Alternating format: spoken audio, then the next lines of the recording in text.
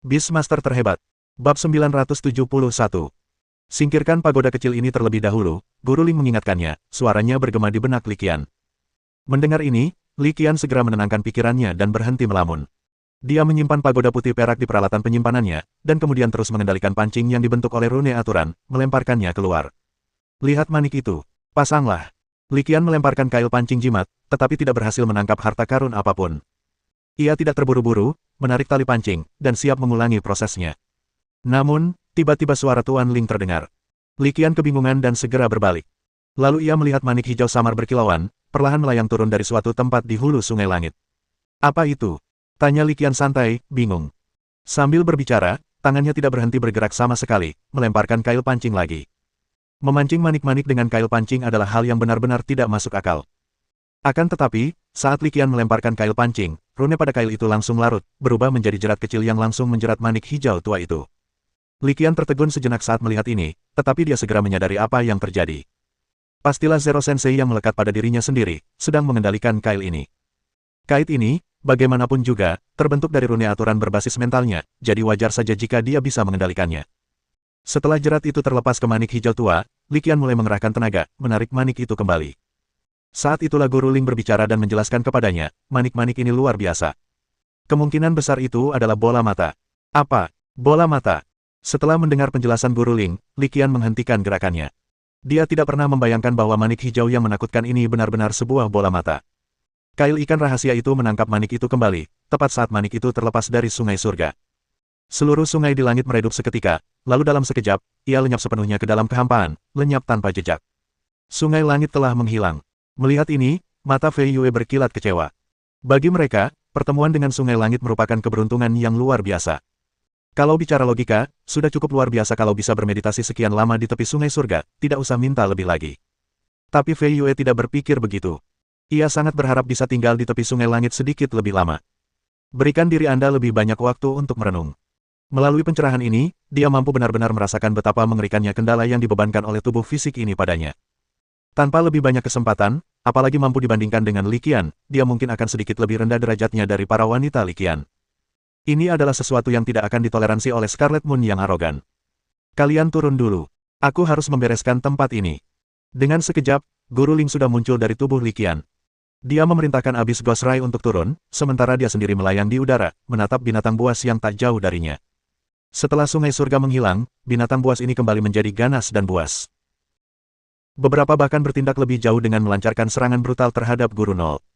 Setelah mendarat, Li Qian dan yang lainnya, di bawah perlindungan Yuan Guyao, mulai mengamati.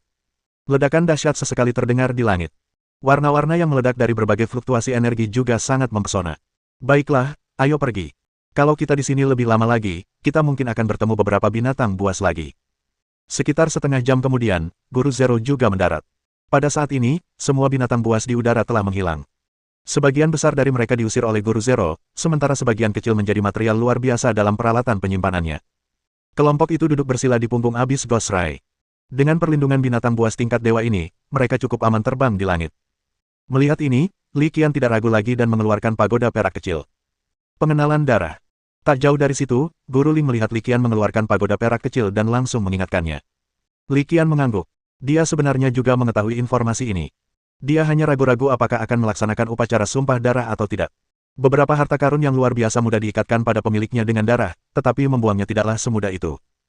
Sekarang, setelah diingatkan Guru Ling, Li Qian berhenti memikirkannya dan langsung mengeluarkan darah dari ujung jarinya, membiarkannya menetes ke bawah. Saat darah menetes ke menara, menara kecil itu langsung memancarkan cahaya putih perak yang menyilaukan. Segera setelah itu, yang membuat Li Qian terkejut, menara kecil itu berubah menjadi aliran cahaya dan terbang ke tubuhnya. Li Qian melihat ke dalam dan dengan cepat menemukan sesuatu yang tidak biasa. Di dalam tubuhnya sendiri, ruang penjinakan binatang yang halus, kabur, dan misterius itu benar-benar menjadi hidup. Mereka seperti nebula di luar angkasa. Total ada 9 nebula, masing-masing dihuni makhluk berbeda, naga laut dalam Jiao Qizai, naga api es Xiao Liu, kucing roh, panda Teci, wanita bersayap Wu Yu, wanita Yanling Mo Ziyu, ahli pikiran mekanik Li Lanying, wanita salju Sue Yuan, dan Dewi Obsidian Fei Yue. Sebelumnya, Li Qian tidak dapat melihat 9 nebula ini, bahkan semuanya terletak di bagian tubuh yang berbeda. Mereka terpisah dan terfragmentasi. Sekarang, sebuah menara kecil telah terintegrasi ke dalamnya, berada di tengah, seolah-olah menghubungkan 9 nebula ini. Li Qian merasakan perubahan pada tubuhnya, yang menurutnya menakjubkan. Fei Yue, Wu Yu, Sue Yuan, coba lihat apakah kalian bisa saling menghubungi di ruang penjinakan binatang, kata Li Qian. Setelah mengatakan itu, ia langsung memasukkan ketiga wanita itu ke dalam ruang penjinakan binatangnya. Li Qian ingin mengujinya. Saat berikutnya, ekspresi kegembiraan tanpa sadar muncul di wajahnya. Karena tidak lama setelah Li Qian menempatkan ketiga wanita itu ke dalam ruang penjinakan binatang buasnya, mereka menemukan lokasi menara kristal perak. Itu benar. Menara kristal perak adalah nama yang diberikan Li Qian untuk menara kecil ini. Li Qian memandang Fei Yue, orang pertama yang menemukan lokasi menara kristal perak, dengan ekspresi keheranan di wajahnya, diikuti oleh kegembiraan. Tidak lama kemudian, Wu Yu juga menemukan tempat ini. Kedua wanita itu benar-benar bertemu di dalam menara kristal perak. Mereka benar-benar bertemu di dalam ruang penjinakan binatang buas internal mereka sendiri. Ini adalah sesuatu yang belum pernah saya lihat atau dengar sebelumnya. Seperti dugaannya, menara kristal perak ini memang dapat berfungsi sebagai jembatan antara berbagai ruang penjinakan binatang buas di dalam tubuhnya. Melalui jembatan ini, 9 ruang penjinakan binatang yang telah saya buka menunjukkan kecenderungan untuk terhubung menjadi satu kesatuan. Dengan menara kristal perak, keempat peliharaannya dan 5 teman betinanya sekarang dapat bebas saling mengunjungi di dalam ruang penjinakan binatang. Kalau dipikir-pikir lagi, itu sungguh keterlaluan. Itulah yang dipikirkan Li Qian, dan kemudian sesuatu yang lebih keterlaluan terjadi. Awalnya, ia mengira fungsi menara kristal perak memang sangat misterius, tetapi fungsinya agak tidak berguna baginya. Kini, ia telah sepenuhnya menepis anggapan tersebut. Sungguh perhiasan yang tak berguna. Menara kristal perak ini adalah harta karun yang sempurna untukku, artefak luar biasa yang paling cocok untukku. Alasan mengapa pikiran Li Qian berubah 180 derajat sangat sederhana, fungsi menara kristal perak tidak hanya untuk menghubungkan berbagai ruang penjinakan binatang yang terbuka di dalam tubuhnya. Ini juga mempercepat kecepatan hewan peliharaan meningkatkan kekuatannya, tidak seperti jenis peningkatan yang ditemukan di ruang penjinakan binatang buas biasa, tetapi peningkatan 10:1 yang mengerikan. Ya, itu benar. Baik itu mengontrak 5 wanita atau memiliki 4 hewan peliharaan, selama Anda memasuki menara kristal perak untuk berkultivasi, Anda dapat memperoleh kecepatan kultivasi 10 kali lipat. Tepatnya, rasio waktu kultivasinya adalah 10:1. Waktu mengalir 10 kali lebih cepat di dalam menara kristal perak daripada di luar. Dengan kata lain, 1 hari di luar setara dengan 10 hari kultivasi di dalam menara kristal perak. Perbedaan waktu seperti itu sungguh mengerikan. Rasanya seperti membawa alam rahasia percepatan waktu kecil bersamamu. Perlu kau ketahui, alam rahasia percepatan waktu sangat langka, bahkan di seluruh Universitas Penjinak Binatang Benua Pasir. Bahkan seorang siswa biasa yang belajar di Universitas Penjinak Binatang Sazu selama 4 tahun tidak akan pernah memiliki kesempatan untuk memasuki alam rahasia percepatan waktu untuk berkultivasi. Tempat itu benar-benar tempat untuk mendidik para jenius. Meskipun Li Qian belum pernah ke sana, ia sudah beberapa kali mendengarnya. Kalau dia mau masuk, nggak akan ada masalah. Sekolah pasti setuju asal dia mau. Tapi sekarang, itu sama sekali nggak perlu. Selain mempercepat waktu, menara kristal perak memiliki fungsi lain yang sangat kuat. Memikirkan fungsi ini, Li Qian tak kuasa menahan diri untuk berpikir. Saat dia mengalihkan pikirannya, 3 rune aturan perlahan muncul di Bistaming Space, 1 merah tua, 1 ungu pucat, dan 1 hijau muda. Inilah 3 rune aturan yang telah dipahami Li Qian. Pada saat ini, di bawah kendali kesadarannya, ketiga rune tersebut berubah menjadi aliran cahaya dan menyatu menjadi menara kristal perak. Fei Yue, cobalah pahami aturan langit dan bumi di dalam menara kristal perak. Li Qian berkomunikasi dengan Fei Yue dan kedua wanita lainnya melalui pikirannya. Mendengar hal ini, ketiga wanita itu sama sekali tidak ragu. Mereka segera duduk bersila dan mulai bermeditasi di dalam menara kristal perak. Saat mereka memasuki keadaan pencerahan yang mendalam, 3 rune di dinding di dalam menara kristal perak mulai berkilauan dengan cahaya, seperti cahaya bintang di langit.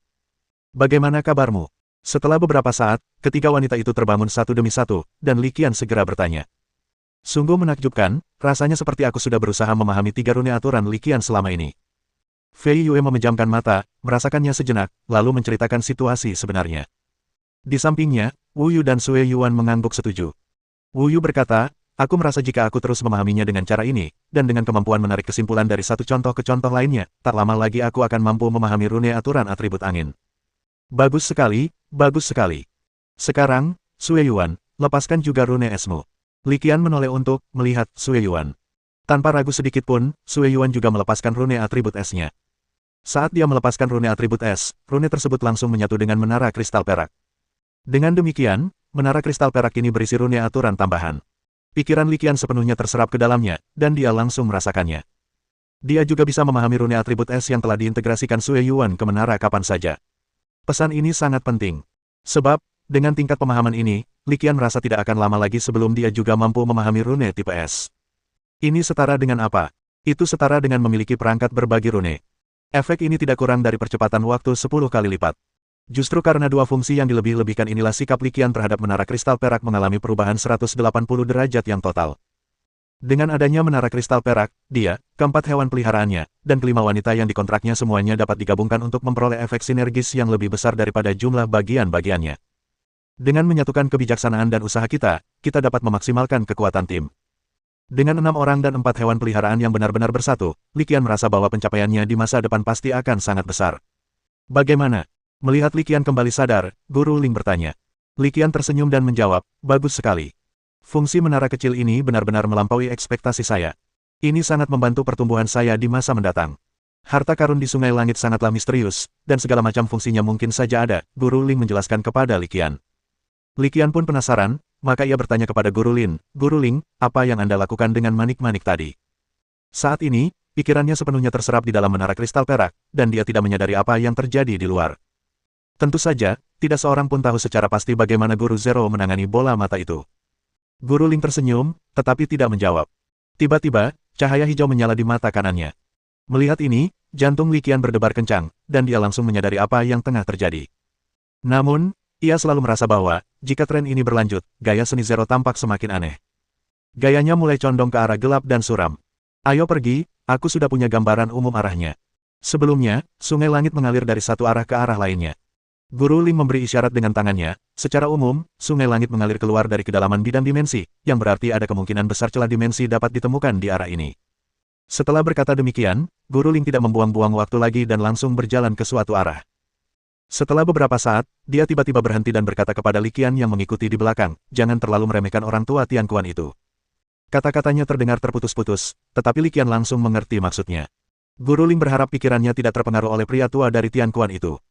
Sungai Langit mengalir dari kedalaman alam dimensi ke alam kita. Alam dimensi tingkat ke-9 kita tadi sebenarnya merupakan area yang sangat terpencil.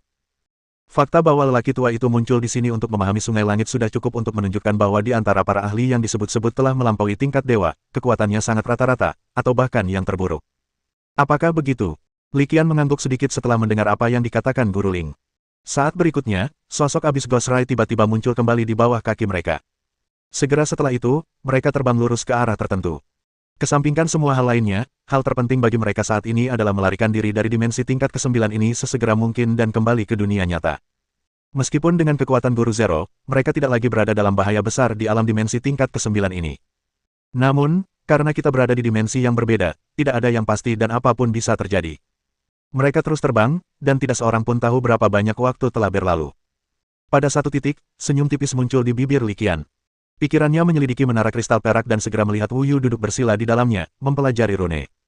Pada saat ini, sebuah rune biru pucat perlahan muncul di atas kepala Wu Yu, wanita bersayap. Itu adalah rune aturan atribut angin. Bab 972.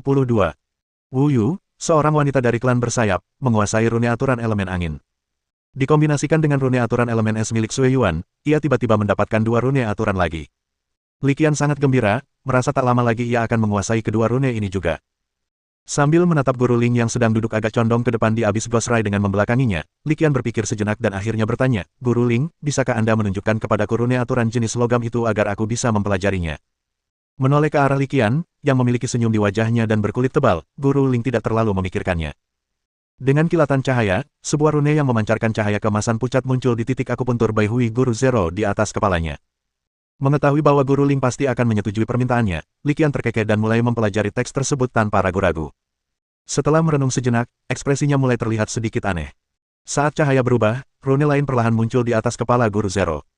Itu adalah rune berwarna ungu, sedikit lebih gelap dari rune tipe spiritual. Li Qian cukup terkejut melihat rune yang tiba-tiba muncul. Belum lama ini, Guru Zero sudah memahami rune aturan baru.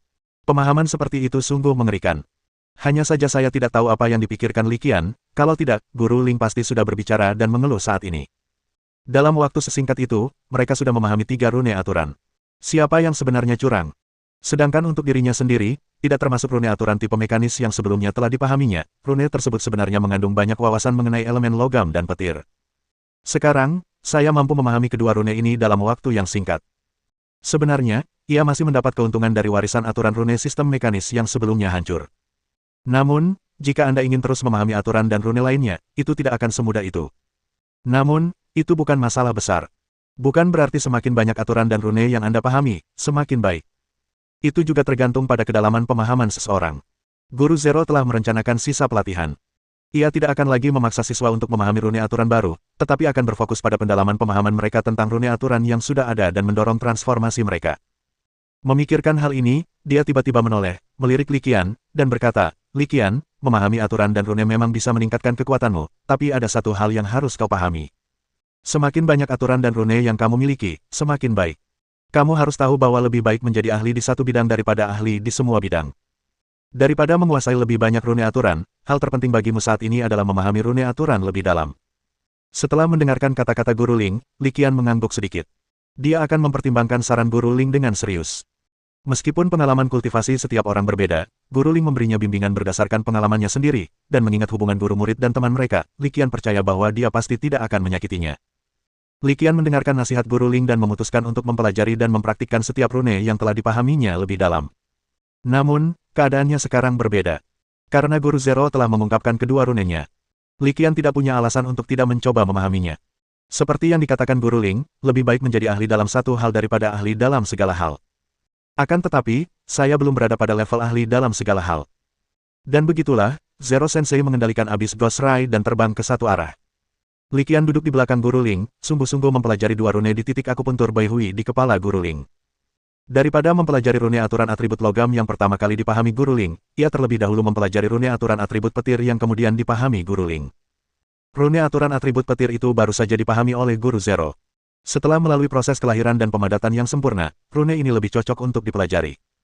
Itulah sebabnya Li Qian mulai dengan mempelajari aturan dan rune atribut petir. Waktu berlalu dengan lambat, dan saya tidak tahu berapa lama waktu telah berlalu. Duduk bersila di punggung Abyss Ghost Ray, Guru Zero tiba-tiba berhenti. Guru Ling, ada apa? Li Qian tersadar dari lamunannya saat melihat ini dan menatap Guru Ling dengan bingung. Saya merasakan adanya celah dimensi, kata Guru Zero dengan tenang. Saat mereka berbicara, Li Qian memperhatikan bahwa cahaya hijau redup berkedip di mata kanan Guru Ling. Li Qian sangat akrab dengan cahaya hijau yang menakutkan itu. 9 dari 10 kali, itu berasal dari bola mata yang diambil dari sungai surga. Tapi, Li Qian melihat sekeliling, tetapi tidak menemukan apapun. Lihat aku. Guru Ling tersenyum tipis, sedikit lengkungan muncul di sudut mulutnya. Saat berikutnya, dia mengendalikan Abyss Ghost Ray, membuka mulutnya yang penuh gigi tajam dan mengembunkan fluktuasi energi yang menakjubkan. Saat fluktuasi energi terus menyebar, Li Qian melihat bola energi biru tua berkumpul di mulutnya. Ledakan. Bola energi yang mengerikan diluncurkan, menciptakan ledakan yang memekakkan telinga. Klik, klik. Setelah ledakan itu, tiba-tiba terdengar suara seperti porselen pecah. Saat berikutnya, sebuah ledakan keras terdengar, dan kekosongan di hadapan mereka hancur berkeping-keping, bagaikan kaca. Sebenarnya ada ruang kecil di sini, Li Qian menatap kehampaan yang hancur dan berseru tak percaya. Raungan, raungan, raungan. Saat kehampaan itu hancur, raungan binatang buas yang mengerikan tiba-tiba terdengar dari ruang kecil yang terungkap. Segera setelah itu, binatang buas yang tak terhitung jumlahnya, seperti semut yang membawa makanan, menyerbu keluar dari ruang sempit itu. Begitu banyak binatang buas. Guru Ling mengerutkan kening saat melihat binatang buas yang tak terhitung jumlahnya yang tiba-tiba muncul. Begitu banyak binatang buas, meskipun sebagian besar berlevel rendah, tetap akan sedikit merepotkan untuk dihadapi. Tanpa henti, dia melanjutkan, Li Qian, ini kesempatan bagus. Kamu bisa pergi dan mencari pengalaman. Mendengar ini, Li Qian langsung mengerti maksudnya. Tanpa ragu, dia berlari keluar sambil memanggil keempat hewan peliharaannya di sampingnya. Alih-alih menyerang langsung gerombolan binatang buas, Li Qian bertarung tidak jauh dari sinar hantu abis. Dengan perlindungan Abyss Ghost Ray, tidak ada yang perlu dikhawatirkan terkait keselamatan seseorang. Yang terpenting, mustahil baginya untuk membunuh semua binatang buas ini. Saat ini, yang harus ia lakukan hanyalah menahan binatang buas yang memusuhi mereka.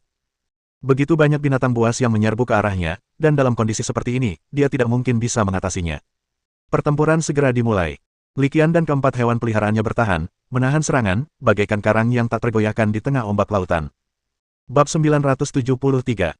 Sebelum pelanggaran di dunia kecil alam dimensi tingkat ke-9, Li Qian bertarung melawan sejumlah besar binatang buas. Pada awalnya pertempuran cukup sengit, tetapi tidak butuh waktu lama hingga intensitasnya berangsur-angsur berkurang. Tampaknya binatang buas itu tidak semuanya bodoh. Mengetahui bahwa akan sulit bagi Li Qian untuk menerobos ke sini, mereka mengubah arah. Li Qian hanya menonton dengan tenang, tanpa berusaha menanyakan lebih jauh. Ada begitu banyak binatang buas, berdesakan dan tak terhitung jumlahnya, sehingga dia tidak sanggup menahannya. Dalam pandangan Li Qian, sudah cukup luar biasa bahwa mereka dapat mempertahankan posisi mereka dengan stabil dalam satu arah. Ledakan, ledakan, ledakan. Ledakan terjadi terus-menerus, dan dampak pertempurannya sangat mengerikan. Bukan hanya Li Qian yang bertarung melawan binatang buas. Pertempuran sengit juga terjadi di antara binatang buas itu sendiri. Lokasi pelanggaran di seluruh dunia kecil itu tampak sangat kacau. Pada saat tertentu, jauh di dalam dunia kecil di bawah celah, sepasang mata merah tiba-tiba terbuka. Saat mata merah tua yang mengerikan itu muncul, Guru Ling angkat bicara, Li Qian, kau boleh mundur. Serahkan sisanya padaku. Mendengar ini, Li Qian pergi tanpa ragu sedikit pun. Mengetahui kepribadian Zero, dia tahu betul bahwa kata-kata Zero saat ini pasti bukan tanpa dasar. Saat berikutnya setelah Li Qian pergi. Yang itu, raungan naga yang mengerikan tiba-tiba terdengar. Mendengar auman naga itu, hati Li Qian bergetar. Tidak diragukan lagi, binatang buas yang dapat mengeluarkan raungan naga yang begitu mengerikan kemungkinan besar sudah berada pada tingkat dewa. Raungan naga yang mengerikan ini tampaknya memiliki kekuatan untuk menembus jiwa seseorang. Li Qian dengan bijaksana mundur ke posisi yang cukup aman. Akan tetapi, dia tidak mengalihkan pandangannya, melainkan terus menatap celah di dunia kecil itu. Oh! Dengan suara gemuruh yang memekakkan telinga, sebuah kepala naga raksasa muncul dari celah di dunia kecil itu. Dengan satu gigitan, kepala naga itu pecah, merobek hewan peliharaan berbentuk buaya yang menghalangi jalan masuk di dunia kecil itu menjadi dua. Hewan peliharaan berbentuk buaya itu cukup kuat. Li Qian memperkirakan ia hanya selangkah lagi menjadi legendaris. Hewan peliharaan yang kuat itu musnah di rahang naga dalam satu kali pertarungan, menunjukkan betapa mengerikan kekuatannya. Li Qian menyaksikan dengan tenang, antisipasinya terhadap pertempuran yang akan datang semakin kuat.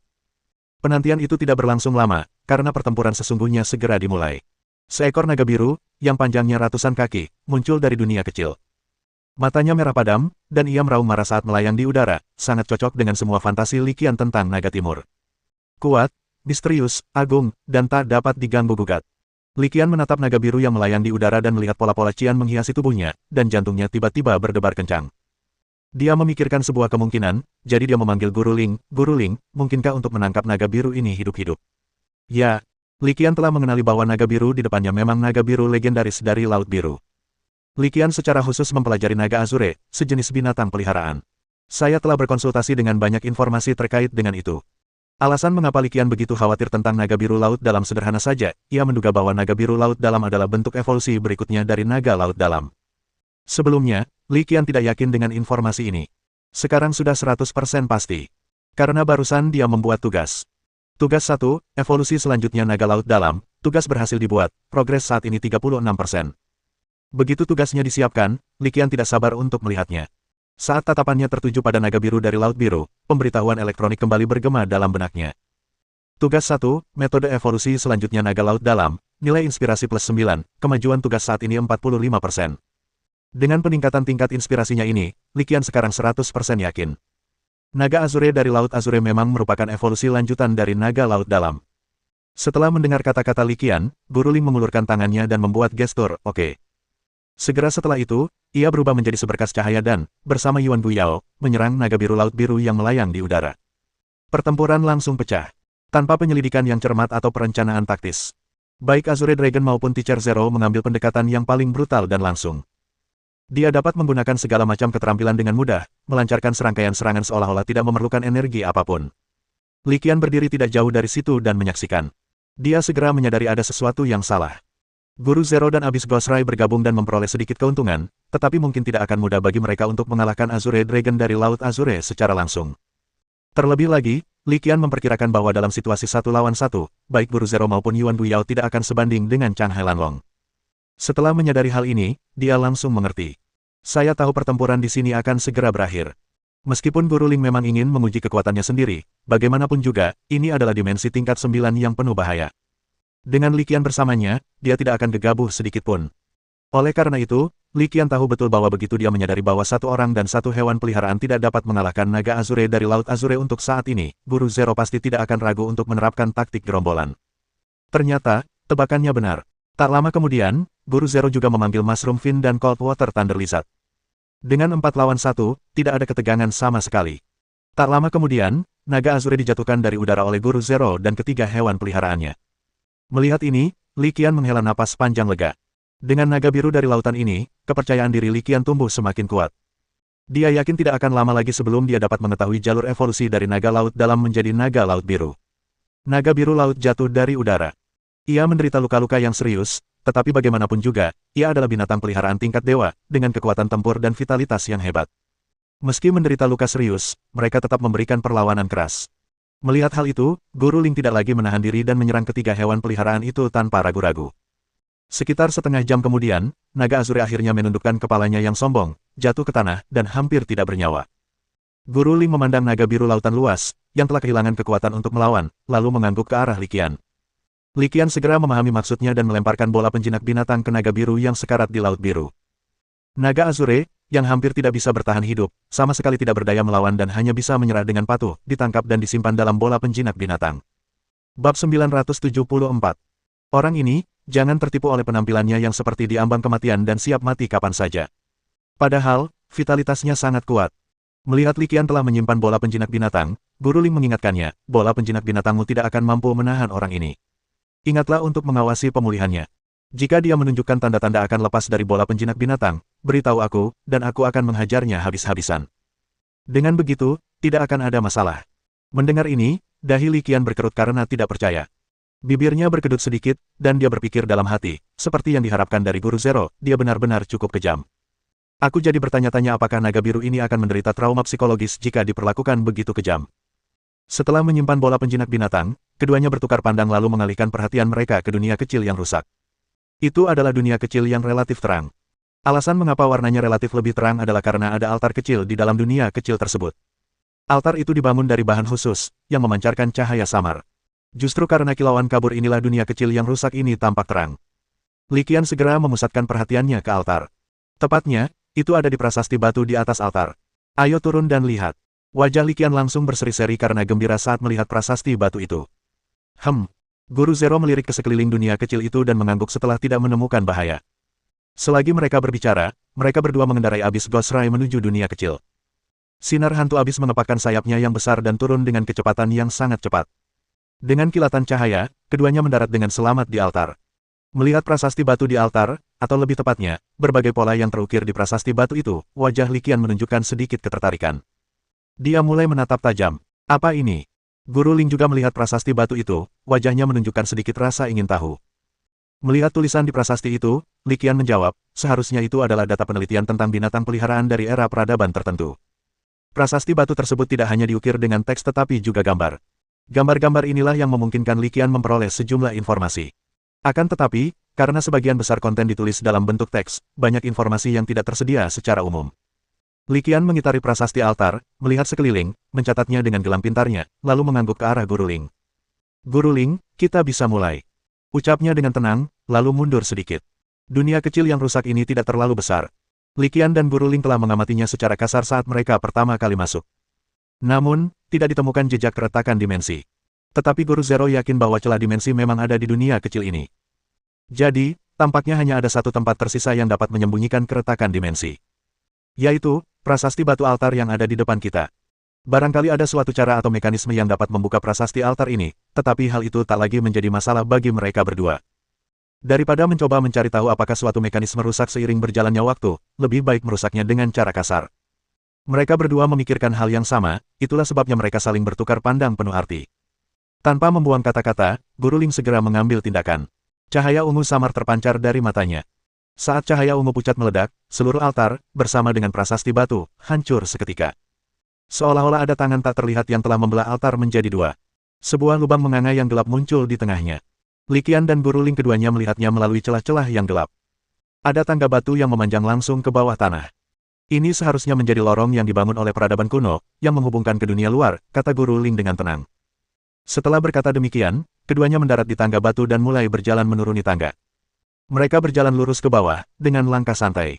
Untuk berjaga-jaga terhadap potensi bahaya, Li Qian memperhatikan bahwa cahaya hijau seperti hantu mulai memancar dari mata kanan Guru Ling. Itu adalah bola mata yang sama yang telah diambil dari Sungai Langit. Li Qian tidak bertanya apa fungsi bola mata itu. Namun, jelas bahwa bola mata ini telah membawa peningkatan yang signifikan terhadap kemampuan Guru Zero. Masalah ini melibatkan rahasia utamanya, jadi Li Qian tidak pernah menyebutkannya. Keduanya terus berjalan ke bawah, dan setelah sekitar 10 menit, mereka tiba di bawah tanah. Mereka menemukan sebuah ruangan batu yang kosong. Dinding ruang batu diukir dengan pola dan teks. Li Qian merekam semuanya tanpa kehilangan satu detail pun menggunakan gelang pintarnya. Setelah mencatat isi ukiran batu tersebut, mereka melihat ke arah tengah ruang batu. Di sana, sebuah celah gelap berdiri diam. Itu adalah keretakan dimensi. Dua pilar batu berdiri di kedua sisi celah dimensi. Pilar-pilar batu diukir dengan berbagai pola susunan. Pola susunan tersebut menutupi area tersebut dan meluas ke celah dimensi yang gelap. Seharusnya ada susunan di sini untuk menstabilkan celah dimensi, tetapi entah sudah berapa lama tidak efektif. Kurasa kita mungkin akan menemui beberapa rintangan saat menyeberang nanti, kata Guru Ling, senyum tipis tersungging di bibirnya. Dia menatap Li Qian dengan ekspresi mengejek. Dalam sekejap, Li Qian menyadari sesuatu. Kenangan yang tidak menyenangkan kembali membanjiri. Pada saat itu, Li Qian merasa perutnya hendak memberontak. Ekspresi malu muncul di wajahnya. Seharusnya tidak ada masalah, kan? Dengan Guru Ling di sini, aku yakin tidak akan ada masalah. Li Qian hanya bisa menghibur dirinya dengan pikiran ini. Mereka bahkan telah memberi petunjuk pada Guru Ling. Melihat hal ini, Guru Ling tidak menanggapi. Sebaliknya, senyum tipis muncul di wajahnya. Saat mereka berbicara, keduanya tiba di depan celah dimensi yang gelap. Li Qian ragu-ragu sejenak, lalu mengikuti Guru Ling ke celah dimensi yang gelap. Entah kau menjulurkan lehermu atau tidak, kau tetap akan ditusuk. Bagaimanapun, tidak ada jalan keluar dari situasi ini, jadi Li Qian hanya bisa menggertakkan gigi dan menanggungnya. Sekarang, dia hanya berharap kata-kata Guru Ling tidak menjadi kenyataan, jika tidak. Saat mereka melangkah ke celah dimensi yang gelap, dunia berputar di sekitar mereka dalam sekejap, dan pemandangan di hadapan mereka mengalami transformasi dramatis. Segera setelah itu, Li Qian merasa seolah-olah dia telah memasuki mesin cuci. Seluruh tubuhnya mulai berputar hebat. Mereka tidak tahu berapa lama waktu telah berlalu, tetapi akhirnya, dengan sekejap, kedua sosok itu muncul di dunia lain. Satu-satunya perbedaannya adalah Guru Ling mendarat dengan mantap, sementara Li Qian jatuh dari udara seperti anjing mati. Untungnya, setengah jalan ini tidak terlalu tinggi, hanya sekitar 3 atau 4 meter.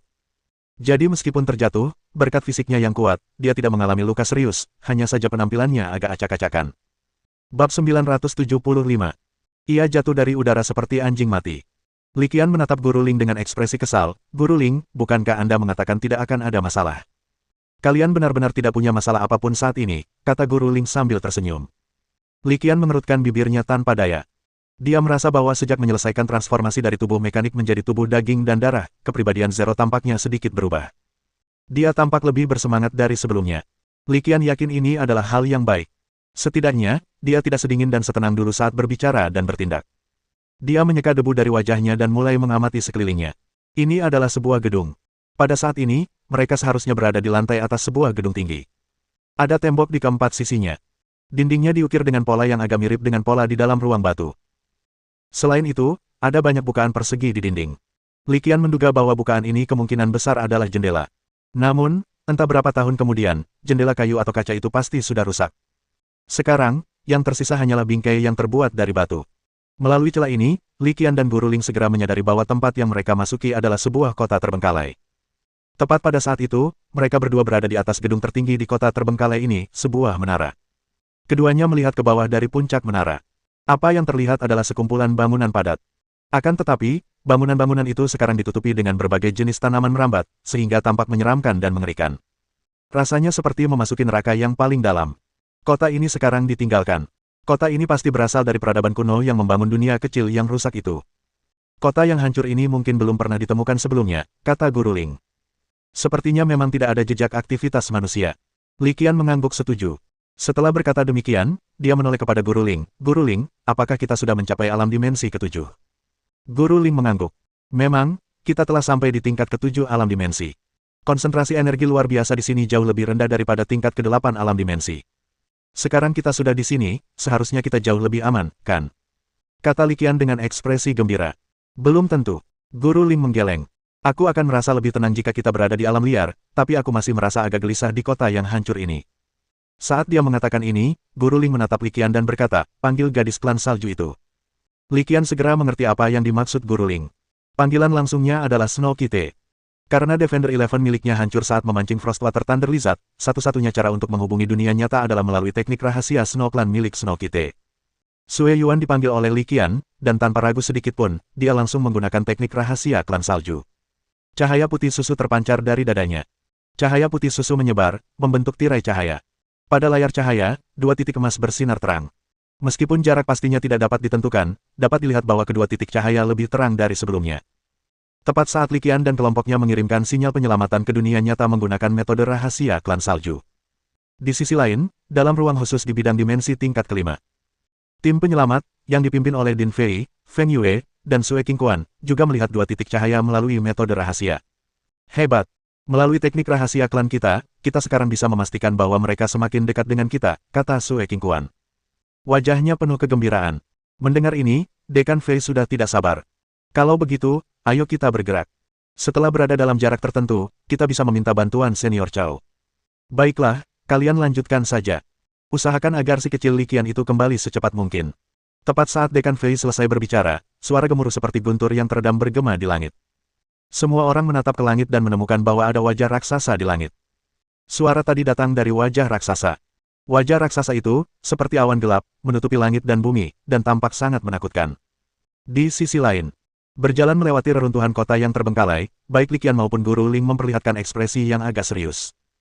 Jelaslah bahwa kota ini telah ditinggalkan untuk waktu yang sangat lama. Kota yang hancur ini sungguh aneh. Di dalamnya terdapat banyak patung monster dengan 4 sayap di punggungnya, menyerupai manusia tetapi berwajah monyet. Ada banyak patung monster ini, berdiri tegak di jalan-jalan dan ganggang. Ada yang di dalam pertokoan yang menghadap ke jalan, ada yang di air mancur di alun-alun, ada yang di pinggir jalan, ada yang di atap. Li Qian dan Guru Ling berjalan santai, menjelajahi kota yang hancur. Untuk menghindari potensi bahaya, Sui Yuan telah dibawa kembali ke ruang penjinakan binatang oleh Li Qian. Setelah berjalan beberapa saat, Li Qian tiba-tiba bertanya, Guru Ling, dapatkah Anda menentukan kira-kira era manakah kota yang hancur ini berasal?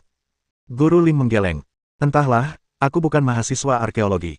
Saat mereka berbicara, keduanya sudah berjalan beberapa kilometer.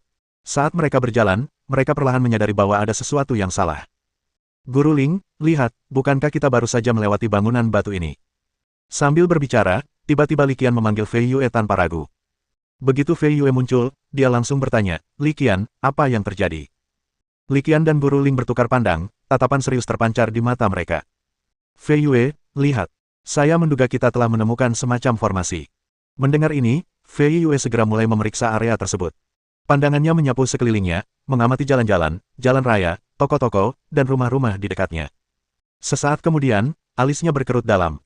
Setelah ragu-ragu sejenak, dia mengeluarkan lebih dari selusin batu energi dan meletakkannya di tanah, membentuk susunan persegi kecil yang khusus. Begitu susunan kecil itu didirikan, pada saat berikutnya, disertai ledakan keras, patung-patung yang berdiri di sekitar jalan itu langsung meledak. Oh tidak, Fei Yue pasti telah memicu semacam susunan atau penghalang. Kita mungkin dalam bahaya sekarang.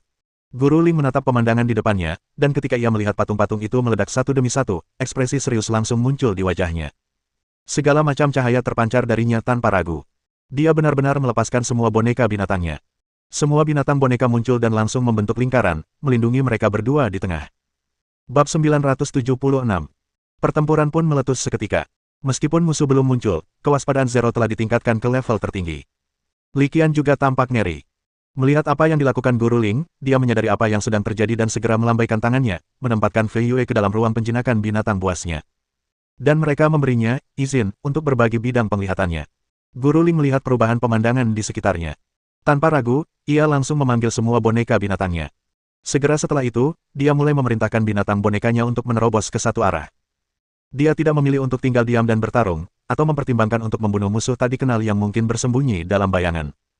Guru Ling sangat menyadari bahwa tinggal di sini bukanlah keputusan yang bijaksana. Tidak seorang pun tahu berapa banyak bahaya tak dikenal yang tersembunyi di dalam kota yang hancur ini. Entah mengapa, kota yang hancur ini selalu membuat Guru Ling merasa sangat buruk. Kota yang bobrok dan terpencil itu memberinya perasaan seperti mulut jurang menganga yang siap melahapnya. Ketika tingkat keterampilan seseorang mencapai Guru 0, banyak firasat tiba-tiba yang mereka miliki bukan tanpa alasan. Jadi tanpa ragu sedikit pun, dia langsung memimpin Li Qian menerobos pengepungan. Mengikuti Guru Ling, kami mulai bergerak, tetapi kecepatannya tidak terlalu cepat, karena pada saat ini, seluruh kota yang hancur itu tampak bergerak. Di beberapa daerah, energi luar biasa tersebut sangatlah kacau, dan kekuatan penindasnya sangat mengerikan. Saat pelarian, pandangan Li Qian tiba-tiba berubah. Guru Ling. Tiba-tiba teringat sesuatu, Li Qian menunjuk ke udara dan mengingatkan Guru Ling. Namun, pada saat itu, suara Fei Yue tiba-tiba terngiang di benak Li Qian. Tidak, kota yang hancur ini diselimuti oleh formasi anti terbang. Sekarang formasi itu telah diaktifkan, terbang ke udara mungkin akan lebih berbahaya. Guru Ling tidak langsung mengambil tindakan setelah mendengar kata-kata Li Qian. Pada saat ini, ruang yang tampak kosong di udara mungkin tampak aman, tetapi situasi sebenarnya mungkin tidak demikian. Guru Ling, maafkan aku. Fei Yue baru saja memberitahuku bahwa seharusnya ada formasi anti penerbangan di udara. Setelah mendengar kata-kata Fei Yue, Li Qian dengan canggung mencoba menebus kesalahannya. Guru Ling mengangguk sedikit. Dia tidak mempercayai kata-kata Li Qian sebelumnya maupun kata-katanya saat ini. Dia mengulurkan tangannya, dan seekor kumbang mekanik tiba-tiba muncul di telapak tangannya. Kumbang mekanik mengepakkan sayapnya dan terbang langsung ke udara. Saat berikutnya, terdengar ledakan keras. Kumbang mekanik yang terbang ke udara itu tampaknya telah menyentuh suatu penghalang tak kasat mata dan seketika hancur menjadi tumpukan bubuk, lalu hanyut terbawa angin dan lenyap sepenuhnya. Seperti dugaanku, ada formasi anti penerbangan.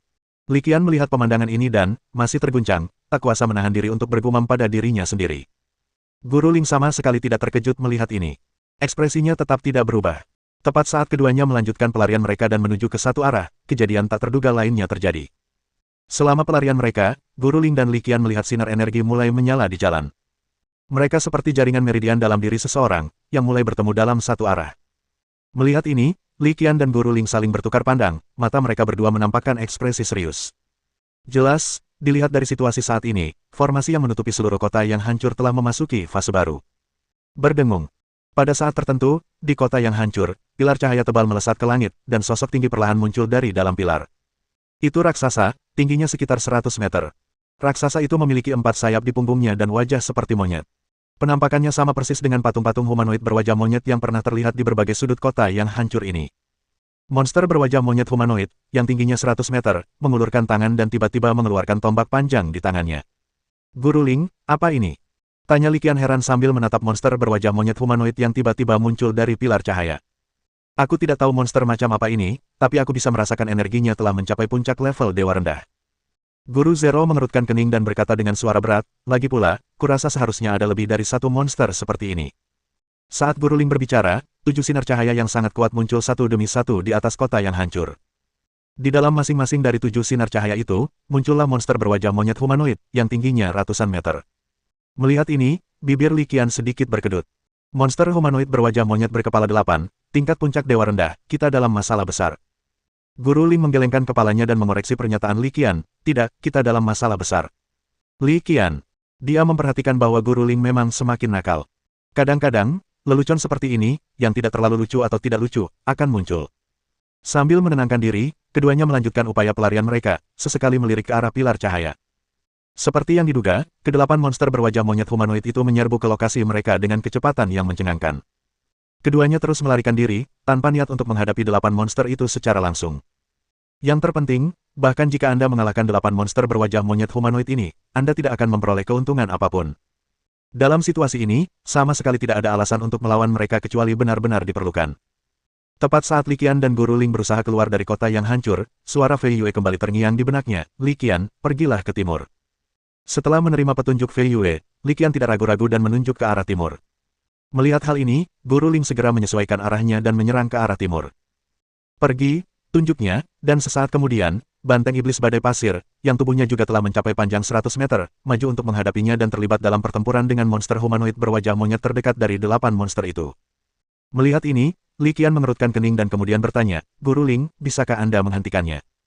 Guru Ling menggelengkan kepalanya dan berkata dengan jujur, dengan kekuatan banteng iblis badai pasir, ia seharusnya bisa bertahan untuk sementara waktu, tetapi mengalahkannya pada dasarnya mustahil.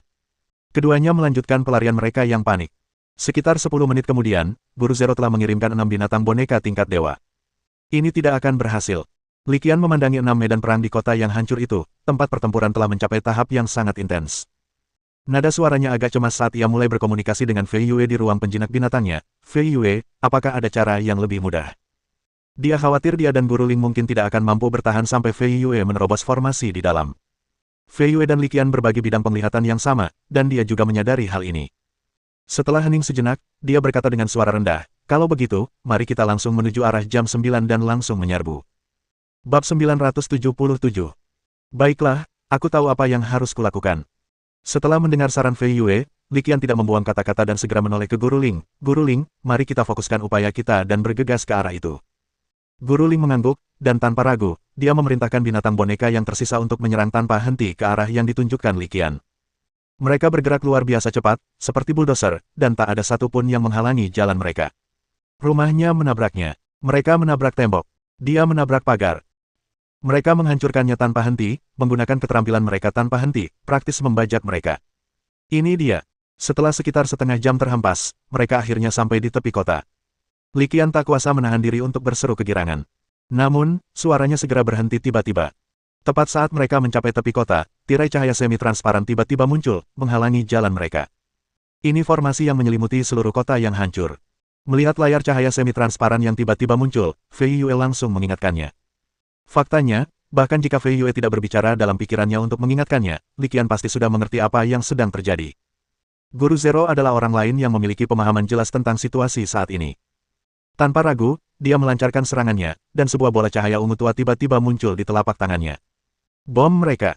Dia melemparkan bola cahaya itu, yang kemudian berubah menjadi pusaran berbentuk kerucut berwarna ungu dengan kecepatan yang sangat cepat, dan menghantam layar cahaya semi-transparan di depannya. Ketika pusaran berbentuk kerucut ungu itu menghantam layar cahaya tembus cahaya, suara gemuruh yang mengerikan langsung terdengar. Kelihatannya seperti mata bor yang mengebor granit padat. Melihat pemandangan ini, mata Guru Ling sedikit menyipit. Alisnya berkerut tanpa sadar. Melihat ini, dahi Li Qian ditutupi lapisan keringat halus. Dia tahu betul bahwa dalam menghadapi situasi putus asa ini, Guru Zero pasti tidak akan menahan diri, yang berarti pusaran berbentuk kerucut ungu tadi pasti merupakan salah satu metode serangannya yang paling kuat. Namun, keterampilan ini tidak berpengaruh pada layar cahaya semi-transparan. Setidaknya berdasarkan situasi saat ini, tampaknya tidak mungkin untuk menembus penghalang tersebut. Mungkin akan memakan waktu yang cukup lama. Namun, 8 boneka binatang milik Guru Zero semuanya telah dilepaskan, dan mereka bertarung melawan monster berwajah monyet humanoid yang muncul dari kota yang hancur. Situasinya sangat tegang dan tidak dapat dipertahankan lebih lama lagi. Bahkan cukup jelas bahwa 8 boneka peliharaan Guru Zero telah jatuh ke posisi yang tidak menguntungkan. Namun, hal ini cukup normal. Lagi pula, ke-8 monster berwajah monyet humanoid itu semuanya berada di puncak level dewa tingkat rendah. Jauh lebih unggul dari boneka hewan peliharaan Guru Zero yang berkepala 8. Dalam situasi ini, mereka dapat terus bertahan untuk jangka waktu yang pendek, tetapi mereka pasti akan kalah dalam jangka panjang. Pada saat kritis seperti itu, bagaimana mungkin Li Qian tidak cemas? Namun yang dapat dilakukannya hanyalah khawatir tanpa daya. Karena dia sama sekali tidak dapat memikirkan solusi apapun saat ini. Kita hanya bisa menaruh harapan pada Guru Ling. Melihat serangannya tidak mencapai hasil yang diharapkan, kilatan tajam melintas di mata Guru Ling. Segera setelah itu, Li Qian terkejut ketika mata kanannya tiba-tiba memancarkan cahaya hijau aneh. Cahaya hijau aneh melesat keluar dengan kecepatan tinggi, langsung mengenai layar cahaya semi-transparan di depannya. Berikutnya, bagaikan air panas yang dituangkan ke dalam salju, layar cahaya yang awalnya padat dan tembus cahaya itu langsung terkorosi. Tirai cahaya itu mencair, menampakkan sebuah celah. Li Qian memandang celah yang telah terkikis oleh keterampilan Guru Ling, yang cukup besar untuk dilewati mereka berdua, dan wajahnya berseri-seri karena kegembiraan. Namun, dia segera menekan kegembiraannya.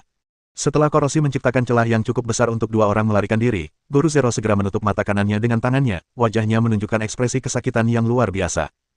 Jelaslah bahwa meskipun kekuatan melepaskan keterampilan melalui bola mata yang diambil dari sungai surga itu mengerikan, namun bukan tanpa pengorbanan. Setelah memejamkan mata dan mengatur napas sejenak, Guru Ling sama sekali tidak ragu. Tiba-tiba, semburan cahaya warna-warni yang menyilaukan memancar dari tubuhnya. Di tengah cahaya warna-warni ini, 8 binatang boneka yang sedang bertarung melawan 8 monster berwajah monyet humanoid tiba-tiba menghentikan pertempuran mereka. Mereka berubah menjadi garis-garis cahaya, berdesing dan menghilang dalam sekejap mata, lalu masuk kembali ke tubuh Guru Zero. Segera setelah itu, dia tiba-tiba menangkap Li Qian dan, seperti menangkap anak ayam, menyeretnya ke celah di layar cahaya semi-transparan. Akhirnya, kita berhasil menerobos. Di udara, Li Qian merasakan tubuhnya bergerak maju dengan kecepatan tinggi dan tak kuasa menahan diri untuk berseru. Guru Ling juga menoleh ke belakang dengan rasa takut yang masih tersisa. Sambil menatap kota yang hancur di belakangnya, dia tak dapat menahan diri untuk mendesah panjang. Monster-monster berwajah monyet yang tinggi dan berbentuk manusia itu tidak mengikuti. Tempat itu benar-benar berbahaya. Setelah terbang sekitar setengah jam, dan menyadari bahwa jarak mereka telah benar-benar melebar, Guru Ling akhirnya menurunkan Li Qian dari udara. Setelah mendarat, Li Qian berkata dengan nada agak mendesah. Kota yang hancur itu memang sangat berbahaya. Aku merasakannya ketika aku datang dari dimensi tingkat 9, Guru Zero menimpali. Keduanya berjalan dan berbicara, tanpa sengaja melihat arah. Sesaat kemudian, Guru Lin tiba-tiba menunjuk ke medan ngarai di depan dan menyarankan, mari kita beristirahat sejenak di sini. Setelah kemampuan saya pulih, saya akan bisa merasakan aliran energi luar biasa di depan. Sambil berkata demikian, dia menunjuk ke mata kanannya. Li Qian mengangguk tanpa mengatakan apapun lagi. Dia mengikuti jejak Guru Ling dan memasuki ngarai di depan. Keduanya mulai beristirahat. Baru saja memasuki alam dimensi tingkat ke-8, mereka menghadapi bahaya yang tidak terduga dan meninggalkan mereka dalam ketakutan yang berkepanjangan. Tampaknya pepatah lama itu benar. Bahaya ada di mana-mana selama Anda berada di bidang dimensi. Bahkan di alam dimensi tingkat ke-8, seseorang tidak dapat mengatakan bahwa ia benar-benar merasa nyaman. Bahaya dari kota yang hancur itu sendiri melampaui sebagian besar area dalam bidang dimensi tingkat ke-9. Jadi, Pada akhirnya, kita tetap tidak boleh lengah.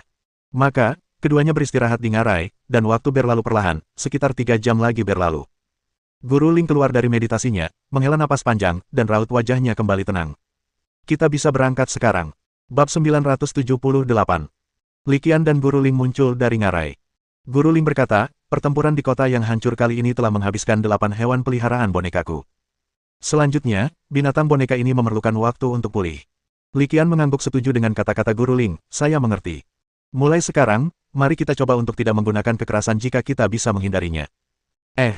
Guru Ling menimpali, dengan kekuatanku saat ini, selama aku tidak secara tidak sengaja memasuki reruntuhan khusus, aku seharusnya tidak menghadapi bahaya apapun lagi di alam dimensi tingkat 8 ini. Ayo, kita jelajahi bidang dimensi tingkat ke-8 ini dulu dan lihat apakah kita bisa menemukan celah dimensi yang mengarah ke bidang dimensi tingkat ke-7. Maka, keduanya mulai menjelajahi alam dimensi tingkat ke-8 ini. Mereka tidak menjelajah tanpa tujuan. Karena Guru Zero memiliki kemampuan untuk merasakan fluktuasi energi, eksplorasi mereka sangat terarah dan bertujuan. Ini berlangsung selama sekitar 5 hari. Hewan boneka Guru Ling sebagian besar sudah pulih. Selain itu, mereka juga pada dasarnya telah menentukan perkiraan lokasi celah dimensi yang mengarah ke bidang dimensi tingkat ke-7. Guru Zero, maksudmu celah dimensi menuju dimensi tingkat ke-7 ada di dalam kota di depan? Tanya Li Qian. Pada saat ini, dia dan Guru Zero berdiri di udara, memandangi kota terbengkalai tak jauh dari sana. Berdasarkan indera fluktuasi energi saya, kemungkinan besar terdapat celah dimensi di kota terbengkalai ini, dan kemungkinan besar celah tersebut mengarah ke alam dimensi tingkat ke-7, kata Guru Zero. Kota terbengkalai di depan kita telah bertahan selama bertahun-tahun dan masih relatif terawat baik. Tak perlu dikatakan lagi, ini jelas merupakan peninggalan dimensional. Sebelumnya, mereka berdua telah menyusun strategi, mereka tidak akan pernah memasuki reruntuhan manapun kecuali benar-benar diperlukan. Sekalipun diduga itu peninggalan, kami dengan tegas tidak akan masuk. Serangan 8 monster berwajah monyet humanoid di kota yang hancur telah meninggalkan kesan yang mendalam pada mereka. Saya masih merasakan ketakutan yang tersisa. Siapa tahu kalau menyerbu masuk bisa memicu semacam formasi atau mendatangkan bahaya yang tak terduga. Meskipun secara teori, meskipun kota terbengkalai seperti itu berbahaya, ia tidak dapat dibandingkan dengan kota-kota yang hancur di masa lalu. Tetapi siapa yang dapat menjamin atau mengatakan dengan pasti tentang hal-hal seperti itu? Tenang saja, kita punya banyak waktu, tidak perlu terburu-buru, kata Li Qian. Mendengar ini, Guru Ling mengangguk, menyetujui pendapat Li Qian. Entah itu kota yang hancur sebelumnya atau kota terbengkalai di depan kita ini, bahkan jika masih ada formasi yang dapat terus mendukung monster-monster berwajah monyet humanoid itu, seharusnya hanya sedikit yang tersisa. Paling buruk, kita akan menggunakan pendekatan, anak yang berteriak serigala, untuk menguji mereka. Kurasa tak lama lagi kita akan menguras energi mereka. Saat dia mengatakan ini, cahaya hijau kabur mulai memancar dari dada Guru Zero. Dalam cahaya hijau yang kabur, seekor kupu-kupu besar, tubuhnya mengalir dengan warna seperti batu giok, terbang keluar. Itu adalah kupu-kupu Raja Zamrud yang ditempatkan Guru Zero di dadanya. Kupu-kupu Raja Zamrud cukup cepat, dan selain itu, ia juga merupakan elemen pemberi kehidupan. Sekalipun terjebak, ia tidak mungkin mati dalam waktu singkat. Menggunakannya untuk menguji keadaan adalah pilihan yang paling tepat, kata Guru Zero, yang sudah memerintahkan kupu-kupu Raja Zamrud untuk bergegas ke kota terlantar itu. Seekor kupu-kupu besar berwarna hijau Zamrud bergegas memasuki kota terbengkalai itu. Tak lama kemudian, 4 pilar cahaya yang mencolok muncul di 4 penjuru kota. Tak lama kemudian, dari dalam keempat pilar cahaya tersebut, 4 monster berwajah monyet humanoid, identik dengan yang ditemui sebelumnya di kota yang hancur, perlahan muncul. Saat melihat formasi dan kemunculan kembali seorang teman lama, Li Qian dan Guru Ling sama-sama terkejut, namun mereka tak dapat menahan diri untuk menghela napas panjang lega. Jelaslah bahwa, berdasarkan situasi saat ini, baik kota yang hancur maupun kota yang ditinggalkan merupakan sisa-sisa peradaban kuno yang sama. Mereka meninggalkan susunan pelindung aneh ini yang kemungkinan besar untuk menjaga celah dimensi yang terletak di kota-kota dan desa-desa. Melihat hanya 4 monster berwajah monyet humanoid yang muncul, mata Zero tiba-tiba berbinar. Monster berkepala 4 itu masih sulit dihadapi, tetapi jauh lebih mudah daripada sebelumnya. Jelas bahwa pasukan pelindung di kota terbengkalai ini tidak sekuat pasukan pelindung di kota hancur yang kita temui sebelumnya. Hal ini memberi Guru Ling gambaran sekilas tentang suatu kemungkinan. Setelah menyelidiki detail kota terbengkalai ini, Guru Zero tidak ragu lagi dan segera mengambil tindakan. Dia melesat keluar dengan kecepatan luar biasa dan memasuki kota, di mana 7 binatang boneka lainnya muncul di sampingnya. Tak lama kemudian, 8 boneka peliharaan Guru Zero bertarung melawan 4 monster berwajah monyet humanoid yang menjaga kota terbengkalai itu, dan pertarungannya berlangsung sengit dan berimbang. Li Qian berada di luar kota yang terbengkalai. Ia berhenti untuk mengamati dan segera menyadari ada sesuatu yang salah. Tepatnya, itulah tujuan Guru Zero. Guru Zero terlihat memimpin 3 binatang peliharaannya yang berkepala, bertarung dan mundur, berusaha sekuat tenaga untuk bermanuver dan menahan 3 dari 4 monster berwajah monyet humanoid. Segera setelah itu, semua binatang boneka yang tersisa bergabung untuk mengepung dan menghadapi monster berwajah monyet humanoid yang tersisa. Ledakan, ledakan, ledakan. Gemuruh, gemuruh, gemuruh. Bang, bang, bang. Harus dikatakan bahwa monster berwajah monyet humanoid itu benar-benar kuat, melepaskan segala macam keterampilan seolah-olah gratis. Api, gelombang, dinding tanah, paku kayu, dan kerucut logam dilepaskan satu demi satu, menyilaukan Li Qian. Hal ini juga membuat Li Qian sepenuhnya mengerti mengapa Guru Ling punya rencana seperti itu untuk menargetkannya. Tanpa diduga, monster berwajah monyet humanoid ini memiliki kelima elemen, yang berarti ia hampir tidak memiliki kelemahan. Tidaklah berlebihan jika dikatakan mencakup semua aspek. Monster seperti itu, meski kuat dan lebih sulit dihadapi daripada hewan peliharaan tingkat dewa biasa, tetap gagal menimbulkan banyak masalah saat menghadapi jumlah yang sangat banyak. Dengan Guru Zero berinvestasi pada 5 boneka hewan peliharaan, termasuk dirinya sendiri, tidak ada hal tak terduga yang terjadi. Sekitar setengah jam kemudian, monster berwajah monyet humanoid itu berhasil ditundukkan sepenuhnya dan kehilangan daya untuk melawan. Melihat ini, mata Guru Ling tiba-tiba berbinar. Untuk menghindari kemungkinan kecelakaan, ia segera memerintahkan kelima boneka binatangnya untuk menyeret monster berwajah monyet humanoid, yang telah kehilangan kemampuan bertarungnya sepenuhnya, keluar dari area jangkauan Arai. Setelah menyeret monster berwajah monyet humanoid itu keluar dari jangkauan susunan, dia segera memerintahkan 5 binatang bonekanya untuk mendukung 3 lainnya, sementara dia sendiri berjalan tanpa tergesa-gesa menuju monster berwajah monyet humanoid itu. Bab 979. Li Qian menatap Guru Ling. Guru Zero berjalan tanpa tergesa-gesa menuju monster berwajah monyet humanoid. Monster berwajah monyet humanoid itu berjuang untuk bangkit, tetapi luka-lukanya terlalu parah, dan setelah beberapa kali berjuang, akhirnya ia tidak dapat berdiri. Guru Ling perlahan berjalan mendekat, mengulurkan tangan kanannya. Rune kontrak merah tua di telapak tangannya sudah menyala. Li Qian juga memperhatikan, matanya dipenuhi antisipasi. Monster berwajah monyet humanoid ini memiliki kelima elemen dan memiliki atribut yang lengkap, hampir tanpa kelemahan.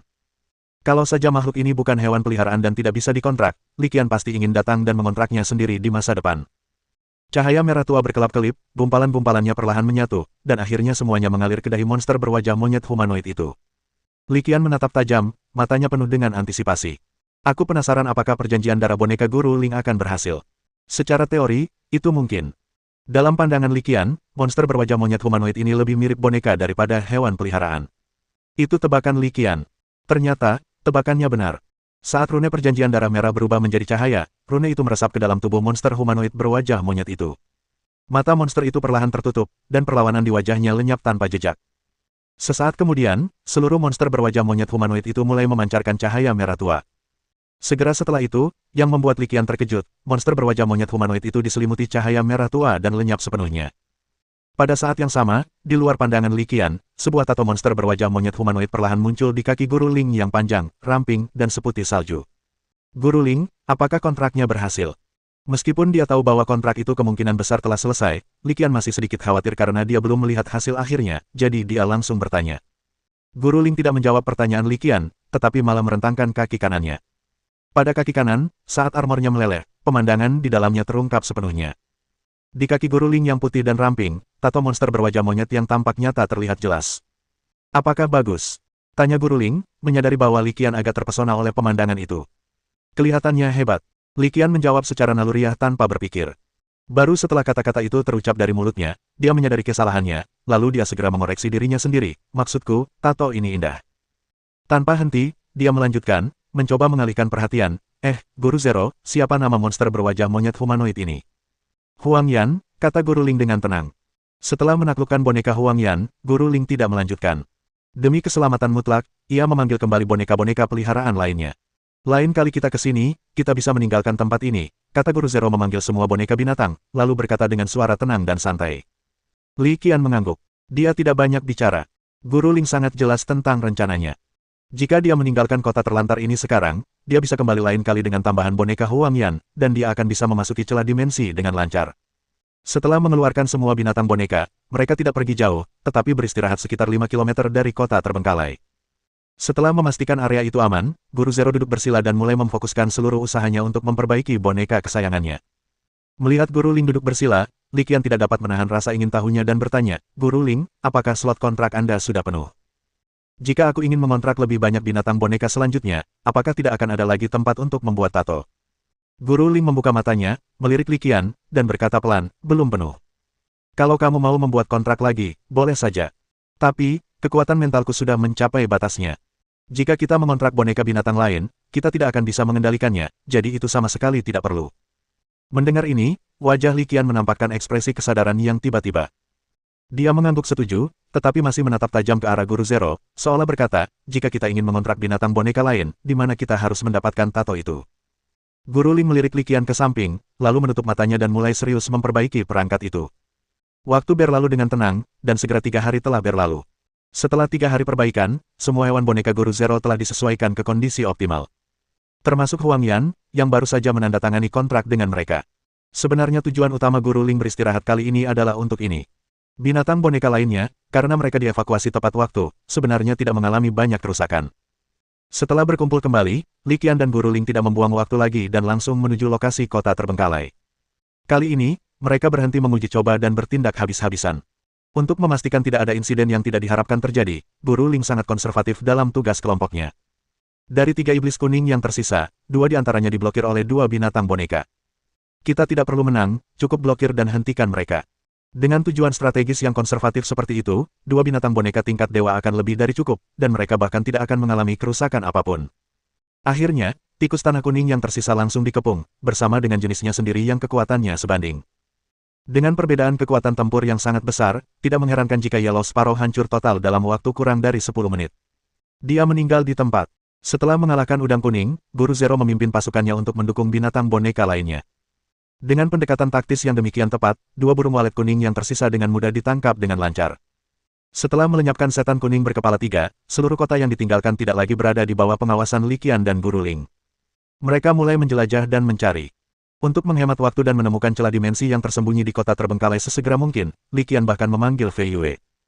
Dengan bantuan Scarlet Moon, sekitar setengah jam kemudian, mereka akhirnya menemukan celah dimensi di alun-alun pusat kota terbengkalai. Tepatnya, itu adalah jejak keretakan dimensi. Karena celah dimensi itu tidak berada di tempat terbuka, melainkan tersembunyi di bawah tanah di alun-alun pusat. Mendengar perkataan Fei Yue, Guru Ling tiba-tiba membuka tangan kanannya dan menunjuk ke tempat yang ditunjuk Fei Yue. Tepat saat Guru Zero menunjuk ke tempat yang ditunjukkan Fei Yue, sebuah suara gemuruh terdengar, dan kemudian, seolah-olah seekor naga bumi telah berbalik, sebuah lubang menganga gelap muncul di alun-alun pusat kota. Tepat di celah itu, celah dimensi, memancarkan cahaya kabur, menampakkan wujud aslinya. Bab 980. Li Qian melihat celah yang diciptakan Guru Ling dengan keterampilannya. Tepatnya, itu adalah keretakan dimensional di dalam celah itu. Sudut mulutnya berkedut tanpa sadar. Peradaban kuno yang tersisa di reruntuhan kota dan kota terbengkalai ini sungguh luar biasa. Mengapa orang selalu suka menempatkan celah dimensi di tempat yang aneh dan tidak biasa ini? Semoga aku tidak mabuk perjalanan kali ini, kata Li Qian, masih merasa sedikit terguncang, sambil menatap celah dimensi di dalam celah itu. Saat dia mengucapkan kata-kata itu, Fei Yue di sampingnya lenyap dari pandangannya dalam sekejap cahaya. Merasa Fei Yue telah kembali ke tempat penjinakan binatang buasnya, wajah Li Qian langsung muram. Fei Yue itu, sungguh, aku tidak bilang ingin dia menemaniku melewati celah dimensi, mengapa dia begitu ingin bersembunyi? Karena tidak punya pilihan lain, Li Qian hanya bisa tersenyum kecut dan mengikuti langkah Guru Ling ke celah dimensi. Saat Li Qian melangkah ke celah dimensi, perasaan familiar menyelimuti dirinya. Resepnya sama, rasanya sama. Li Qian merasa seperti dimasukkan ke dalam mesin cuci lagi. Setelah beberapa menit merasa pusing dan bingung, Li Qian menyadari bahwa dia akhirnya tiba di dunia baru. Kali ini, meskipun kami melewati celah dimensi yang sama dan mengalami rumus yang sama, intensitas dan durasi turbulensi jauh lebih baik, mungkin karena perbedaan tingkat bidang dimensi. Setidaknya setelah mendarat, ia tidak jatuh seperti anjing mati seperti sebelumnya. Kali ini, setidaknya kakiku mendarat lebih dulu, meski tidak stabil. Sambil menggelengkan kepalanya untuk menyadarkan dirinya kembali, Li Qian mulai mengamati sekelilingnya. Setelah melihat sekeliling sejenak, ia tak kuasa menahan diri untuk menatap Guru Ling dan bertanya dengan nada bingung, "Guru Ling, di mana kita?" Gelap gulita, dan kita tak bisa melihat apapun. Guru Ling juga melihat sekeliling. Ia menebak dan berkata, "Kalau tidak salah, kita seharusnya berada di bawah tanah sekarang." Li Qian tertegun setelah mendengar apa yang dikatakan Guru Ling. Namun, mereka segera menyadari bahwa setelah bertahun-tahun dan terjadi perubahan, adalah normal jika keretakan dimensi terkubur di bawah tanah. Sekitar 3 menit kemudian, bang! Li Qian dan Guru Ling diselimuti perisai energi saat mereka muncul dari tanah. Begitu menembus tanah, Li Qian tak dapat menahan diri untuk bertanya, "Guru Ling, apakah kita sudah mencapai tingkat ke-7 alam dimensi?" Guru Ling merasakannya sejenak, lalu menjawab, "Memang berada di alam dimensi tingkat ke-7, dan konsentrasi energi luar biasa telah berkurang secara signifikan. Namun, aku baru saja merasakan sesuatu dan sepertinya aku menemukan kabar buruk." Mendengar ini, kegembiraan di wajah Li Qian langsung membeku. Apa yang terjadi? Sekitar setengah jam kemudian, Li Qian dan Guru Ling melayang di udara, menatap penghalang spasial gelap di depan mereka, dan dia terdiam. Kita memang telah kembali ke tingkat ketujuh alam dimensi, tetapi tingkat ketujuh alam dimensi ini sangat istimewa. Itu seharusnya pesawat berdimensi kecil yang rusak. Bukankah itu mirip dengan ruang kecil dan mandiri? Tanya Li Qian. Guru Ling tidak menjawab, tetapi malah mengangguk. Jadi apa yang harus kita lakukan selanjutnya? Tanya Li Qian. Guru Ling menghela napas, mari kita cari dulu dan lihat apakah ada jalan menuju dimensi ke-6 atau dimensi ke-7 lainnya. Jika demikian, itu yang terbaik. Jika tidak, maka kita dalam masalah. Dunia kecil yang terletak di alam dimensi tingkat ke-7 ini sangat tidak stabil, dan tempat ini sudah bobrok. Jika pertempuran berintensitas tinggi terus berlanjut, dunia kecil ini mungkin akan langsung runtuh. Jadi, jika kita tidak menemukan jalan menuju dimensi ke-7 atau ke-6 lainnya. Tebak Li Qian.